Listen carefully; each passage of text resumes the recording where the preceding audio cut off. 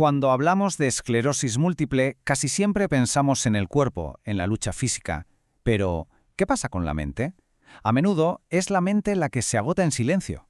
Y de eso vamos a hablar hoy, de esa batalla invisible, de la carga emocional que acompaña a la M y de por qué el apoyo psicológico no es un capricho, sino una herramienta clave para vivir, y no solo para sobrevivir. Es una frase durísima, pero muy real. Y es que, claro, se dice que la M es la enfermedad de las 1000 caras. Pero esas caras no son solo físicas. Esta frase apunta directamente a esa batalla interna, a esa lucha que es única para cada persona y que nadie más ve desde fuera. Así que vamos a meternos de lleno en esa lucha silenciosa. Bien, pues empezamos por ahí, por esa batalla invisible. Vamos a ver cuáles son esos síntomas que no se ven a simple vista, pero que muchas veces son los que más pesan en el día a día. A ver, cuando llega el diagnóstico es que es como un tsunami emocional. Y esta no es una expresión cualquiera, la usan los propios psicólogos de la Fundación Esclerosis Múltiple. Y es que es la imagen perfecta, una ola que no solo golpea a quien recibe la noticia, sino que arrastra a toda su familia y a su círculo más cercano. Vale, pero ¿de qué hablamos exactamente cuando decimos síntomas invisibles? Pues, para que quede claro, no son cosas que uno se imagina, son muy reales. Hablamos de esa fatiga que te deja pegado al sofá, de ese dolor constante que nadie ve, o de la famosa y frustrante niebla mental. Y claro, como no se ven, pues te topas con la incomprensión, y eso al final añade una capa extra de soledad. Y ojo, porque dentro de todos estos síntomas hay uno que tiene un protagonismo, bastante preocupante: la depresión. Estamos hablando de una prevalencia que, según algunos informes, puede llegar hasta el 79%. Pensemos en esa cifra un segundo. Es altísima. Esto lo que nos dice es que la salud mental no es un efecto secundario de la M, no, es parte central de la batalla. La psicóloga Sara Lasso, que además vive con EM, lo clava. Esa frase que se oye tanto, pero si se te ve súper bien, puede sentirse como que te están invalidando. La gente ve lo de fuera, pero no se imagina la tormenta que hay por dentro. Y esa falta de comprensión, al final, es uno de los síntomas más duros. Claro, toda esta batalla interna empieza con un golpe inicial muy fuerte. El momento del diagnóstico no es solo recibir una noticia, es mucho más. Es el comienzo de un proceso emocional súper complejo para el que los expertos tienen un nombre muy claro. Es un duelo. Sí, sé que puede sonar un poco raro, ¿no? Hablar de duelo cuando, afortunadamente, no ha muerto nadie. Pero los psicólogos insisten, es que es un duelo en toda regla. Se llora la pérdida de la salud, esa que siempre dábamos por hecho. Se llora por la pérdida de la certidumbre sobre el futuro. Y en definitiva, se le dice adiós a esa vida que teníamos planeada en la cabeza. Y esa carga mental es un cóctel de emociones muy pesadas. Es el miedo constante a la siguiente recaída. Es la incertidumbre, eso de no saber cómo vas a estar mañana, que hace imposible planificar nada. Es la culpa, ¿verdad?, por tener que cancelar un plan o pedir ayuda. Y por encima de todo, es el agotamiento, el cansancio de poner buena cara cuando por dentro estás librando una auténtica guerra. Y ante todo esto, ¿cuál suele ser la reacción más habitual? Pues el silencio. El tragárselo todo, decirse a uno mismo eso de, venga, hay que ser fuerte o bueno, hay gente que está peor. Pero claro, esa fortaleza que uno se impone tiene un límite. Y llega un día en que esa armadura pesa demasiado y se rompe. Y es justo ahí, en ese punto de quiebre, donde pedir ayuda se convierte en algo vital. Y aquí es donde entra la terapia. Y no como un tabú, sino como lo que es, una herramienta. Ir a terapia no es un signo de debilidad, para nada. Es un acto de inteligencia, casi de estrategia. Se trata de aprender a gestionar la enfermedad, en vez de dejar que la enfermedad te gestione a ti. Pero vamos a ver, ¿qué significa de verdad ir a terapia en este contexto? ¿Para qué sirve? Vamos a quitarle un poco el misterio y los mitos.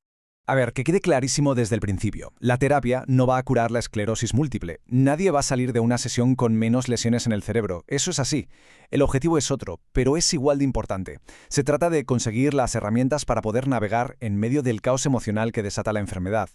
Es, como se suele decir, aprender a surfear la ola en lugar de esperar a que te ahogue. ¿Y esto en la práctica en qué se traduce? Pues en cosas súper concretas. Ayuda a procesar el shock inicial del diagnóstico. Da estrategias para manejar ese miedo a una recaída que a veces paraliza. Enseña a poner límites, a decir, mira, hoy no puedo, sin sentir culpa. Y quizá lo más liberador, da un espacio seguro para que por fin se pueda poner en palabras todo eso que se lleva tanto tiempo cargando en silencio. Vale, todo esto en la teoría suena genial, ¿verdad? Pero ¿funciona de verdad en la práctica? ¿Hay datos que lo respalden? Pues sí, la respuesta es un sí rotundo. Y vamos a verlos.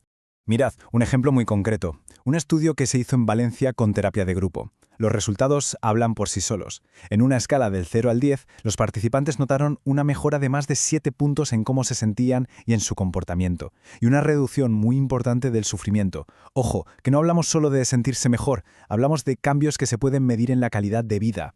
Pero para mí, el dato más potente es este. Más del 81% de la gente que empezó el programa lo terminó. A ver, en cualquier tratamiento, conseguir que más de un 80% de la gente siga hasta el final es una pasada. Y esto nos dice algo muy, muy simple. La gente se quedó porque veía que le funcionaba. Punto. Y bueno, más allá de los números fríos están las historias humanas, como la de Laura, que es un caso de estudio real. Le dieron el diagnóstico con 27 años y se hundió en la angustia, como es normal. Pero con un apoyo bien coordinado no solo consiguió reducir la ansiedad, es que según sus propias palabras, lo que hizo fue recuperar su vida. Ahí se ve el poder de un enfoque integral. Entonces, la pregunta del millón es, si las pruebas son tan claras y los beneficios tan grandes, ¿por qué narices sigue costando tanto dar el paso y pedir ayuda? Bueno, pues la respuesta está en una serie de barreras, algunas mentales y otras no tanto, que vamos a intentar derribar ahora mismo. Y es que las barreras son muchas, y seguro que alguna de estas suena familiar. Está el típico, bueno, tampoco estoy tan mal. O la vergüenza, ¿no? Ese sentimiento de admitir que no puedes con todo. El miedo a abrir cajones que duelen. O simplemente el agotamiento de tener que volver a contarle toda tu vida a una persona nueva. Y es muy importante que quede claro, todos estos medios son súper válidos y muy comunes. Pero aquí es donde hay que hacer el clic, el cambio de chip fundamental. Pedir ayuda no significa debilidad, no es rendirse. Todo lo contrario. Es un acto de valentía, es reconocer la propia humanidad.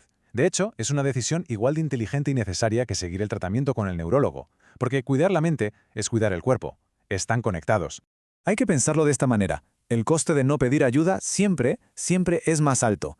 Aguantar y seguir por orgullo o por miedo es como ir acumulando una deuda emocional, y esa deuda con el tiempo pasa factura. Y no solo en la salud, sino en las relaciones, en el trabajo, en la capacidad de disfrutar de las pequeñas cosas de la vida. Y esto nos lleva a una de las verdades más grandes de la experiencia humana, que con la M se ve todavía más clara. Hay dolores que no se curan callándolos. Se alivian cuando se les pone nombre. El simple hecho de poder verbalizar lo que se siente en un lugar seguro ya es sanador. El silencio, en cambio, lo único que hace es que el dolor pese cada vez más. Así que para terminar, quedémonos con esta idea. La esclerosis múltiple es una parte de la historia de una persona, sí, pero no tiene por qué ser toda la historia, ni mucho menos el final. El apoyo psicológico no va a borrar el diagnóstico de un papel, está claro, pero lo que sí puede hacer es cambiar radicalmente la forma en que se vive con él. Da las herramientas para que, a pesar de la enfermedad, la vida se pueda seguir disfrutando. Y no solo soportando,